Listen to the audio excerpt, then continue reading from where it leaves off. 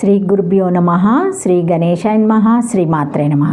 నమస్కారం అండి అందరికీ. Welcome to my YouTube channel Shri Manju spiritual. మనం శ్రీ లలిత సహస్రనామ స్తోత్ర నామాలకు ప్రతిపదార్థాలు తెలుసుకుంటున్నాం కదా. శ్రీమాత్రే నమః. కానీ అంతకంటే ముందుగా మీరు కనుక మన ఛానల్ని మొదటిసారి చూసి ఉంటే తప్పకుండా ఒక చిన్న లైక్ ఇవ్వండి ప్లీజ్. షేర్ చేయండి, నచ్చితే సబ్స్క్రైబ్ చేసుకోండి, కామెంట్ పెట్టండి. దయచేసి వీడియోని ఎక్కడ కూడా స్కిప్ చేయకుండా చివరి వరకు చూసే ప్రయత్నం మాత్రం చేయండి. ఇంకా వీడియోలోకి వెళ్ళిపోదాము. శ్రీమాత్రే నమః. 827 నామము ప్రచండ, 3 అక్షరముల నామం. ఈ నామంతో అమ్మవారికి నమస్కరించేటప్పుడు ప్రచండాయ నమః అని చెప్పాలి. ప్రచండ మరి భయంకరమైనది అనగా తీవ్రమైనది. శక్తి స్వరూపిణి అయిన అమ్మవారి యొక్క కనబడే రూపము సందర్భాన్ని బట్టి మారుతుంది. ప్రళయ సందర్భంలో ప్రచండంగాను, సృష్టి సందర్భంలో ప్రసన్నంగాను ఉంటుంది. అయితే ఇవి నైమితికంగా అంటే ప్రత్యేక సందర్భాల్లో జరిగేవి. సుషుప్తిలో అంటే నిద్రలో మనము నిత్య ప్రళయానుభూతిని పొందుతాము. జాగ్రత్త అవస్థలో అంటే మెలకువలో నిత్య సృష్టానుభూతిని పొందుతాము. శ్రీమాత్రే నమః.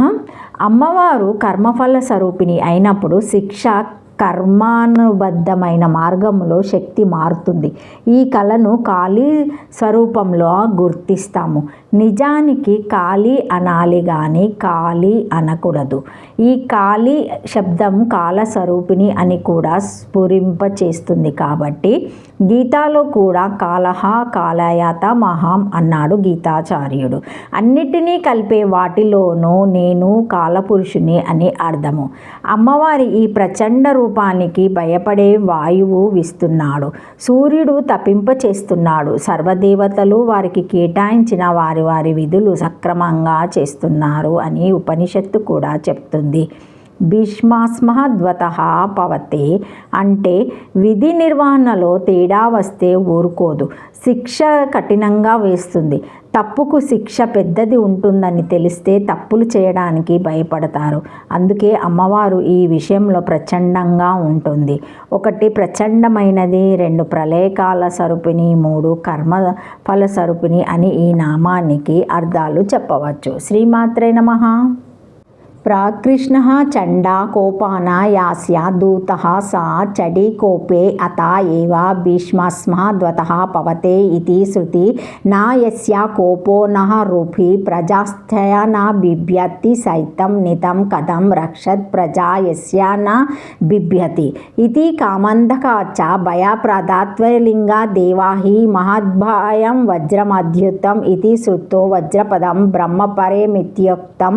కంపనాది కారానే ప్రాకృష్ణ ప్రీతి విషయత్వేన చండా శంఖపుష్పి యస్య ఇతి వః ప్రతాపశీలేతి వః చండ దహనహారే శంఖపుష్పి చండోతి కోపనే ప్రచండో దుర్వాహేషే శ్వేత కరావీరే ప్రతాపిని ఇతి విశ్వ.